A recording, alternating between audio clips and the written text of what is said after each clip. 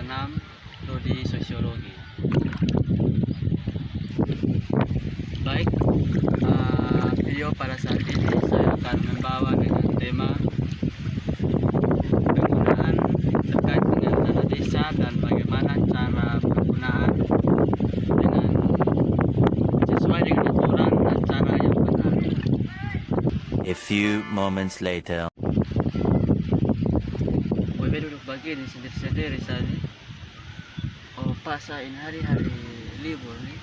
Beta pikir temu bapak kepala desa loh, tanya-tanya aja tentang dana desa loh.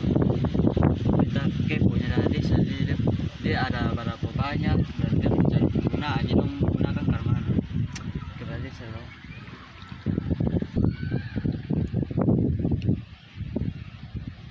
Halo bapak, selamat sore. Maaf mengganggu. Bapak bisa minta bapak waktu sedikit tuh. Kita dapat tanya-tanya sedikit tentang dana desa dengan dia pun cara penggunaan yang baik dan benar sesuai aturan. Boleh kok bapak? Ini tanya sebentar pas beta lihat bapak ada sedikit waktu. Ya bapak, makasih. Oh iya anak, mari sana bapak, pas ini bapak ada santai-santai nih, ada istirahat sedikit. Mari duduk, mari.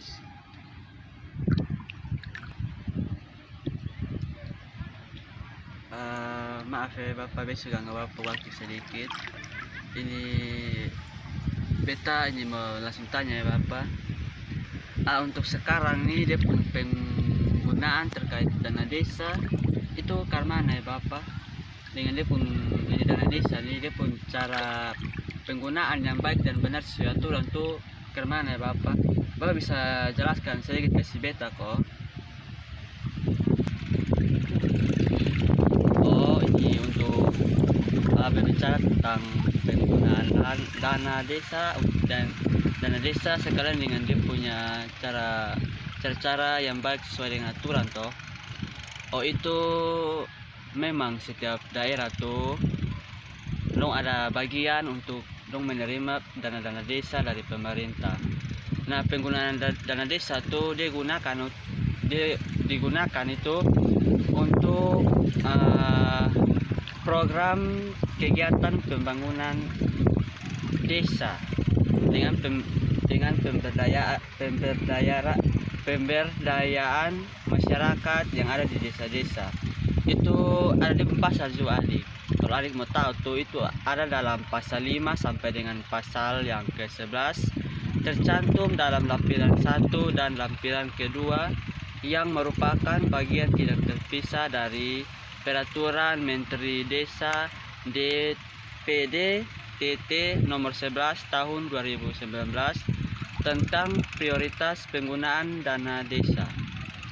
Aku tuh misalnya di pasal itu terdapat dalam pasal yang ke-12 dengan bunyi prioritas penggunaan dana desa untuk program dan kegiatan bidang pembangunan desa dan pemberdayaan masyarakat desa sebagaimana dimaksud dalam pasal 5 sampai dengan pasal 11 tercantum dalam lampiran 1 dan lampiran 2 yang merupakan bagian yang tidak terpisah dari peraturan menteri.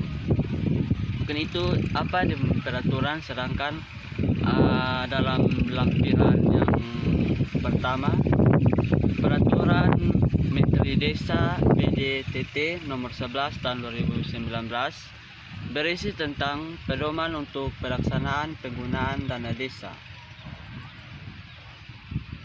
Mungkin ada tanyakan atau mau jelaskan lebih mendalam le? Iya bapak, yang tadi bapak jelaskan tuh mungkin bapak jelaskan lebih terperinci le kok supaya beta bisa pahami dengan baik-baik. Mungkin bapak bisa jelaskan lebih ini kok.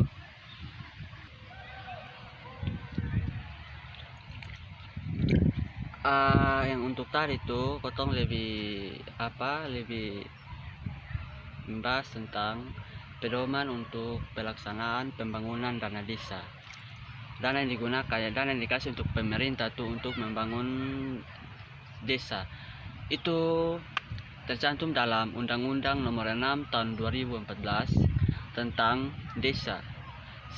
Selanjutnya disebut undang-undang desa mendefinisikan desa sebagai kesatuan masyarakat hukum yang memiliki batas wilayah yang berwenang untuk mengatur dan mengurus urusan pemerintah.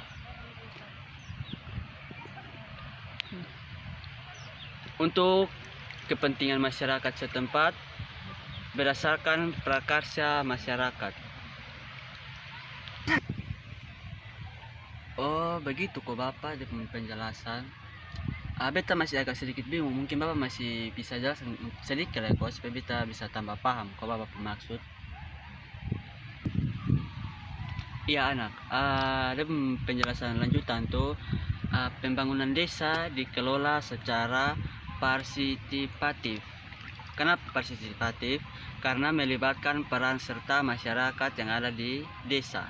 Pembangunan desa mengarah pada terwujudnya kemandirian desa, dikarenakan kegiatan pembangunan desa wajib disewa kelola oleh desa dengan mendayagunakan sumber daya manusia di desa serta sumber daya alam dan lingkungan secara berkelanjutan. Oh, begitu. Oh, ini kalau untuk dia punya cara penggunaan dana desa yang baik dan benar sesuai aturan tuh kemana Bapak?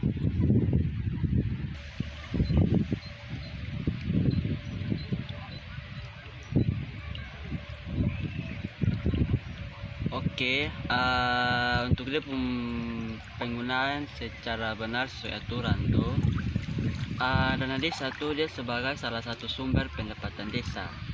Pemanfaatannya atau penggunaannya wajib berdasarkan daftar kewenangan desa yang berdasarkan dengan hak-hak usul dan kewenangan lokal berskala desa.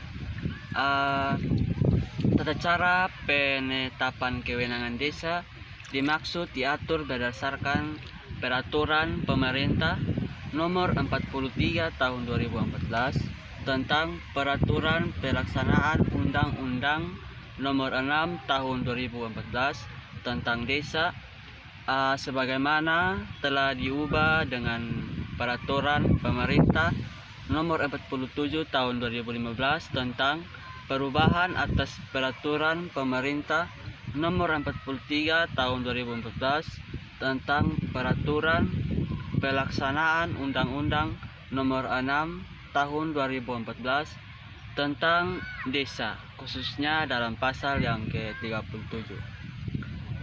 Tata cara penetapan kewenangan desa adalah sebagai berikut. Itu ada dibagi dalam beberapa kelompok.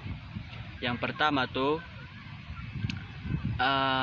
pemerintah daerah, kabupaten atau kota melakukan identifikasi dan inventarisasi kewenangan berdasarkan hak usul dan kewenangan lokal berskala desa dengan melibatkan desa. Itu yang pertama. Sedangkan yang kedua, berdasarkan hasil identifikasi dan inventarisasi kewenangan desa, bupati atau wali kota menetapkan peraturan bupati atau wali kota tentang daftar kewenangan berdasarkan hak asal usul dan kewenangan lokal berskala desa sesuai dengan ketentuan peraturan perundang-undangan. Yang berikut itu peraturan bupati atau wali kota yang dimaksud ditindaklanjuti oleh pemerintah desa dengan menetapkan peraturan desa tentang kewenangan berdasarkan hak asal usul dan kewenangan lokal berskala desa sesuai dengan situasi, kondisi, dan kebutuhan lokal. Untuk penjelasan yang lebih lanjut, peraturan desa tentang kewenangannya berdasarkan hak asal usul dan kewenangan lokal berskala desa. Ini menjadikan desa berwenang mengatur dan mengurus sendiri urusannya, termasuk penggunaan dana desa, karena kegiatan pembangunan desa yang dibiayai harus menjadi bagian dari kewenangan berdasarkan hak asal usul dan kewenangan lokal berskala desa. Mungkin ini hari mungkin Bapak sudah ada pertanyaan yang tentang penggunaan terkait dana desa dan bagaimana cara dan aturan untuk menggunakan dana desa. Mungkin Adi bisa terima kok ini penjelasan ini hari, biar supaya Adi juga paham toh sebagai masyarakat desa dia pun cara-cara tahapan-tahapan tuh karena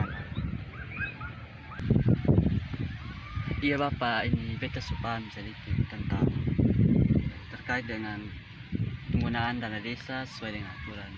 Makasih banyak ya Bapak sudah kasih waktu sehingga beta dan Bapak bisa berbincang-bincang sedikit tentang topik yang tadi beta tanya di Bapak. Makasih banyak Bapak.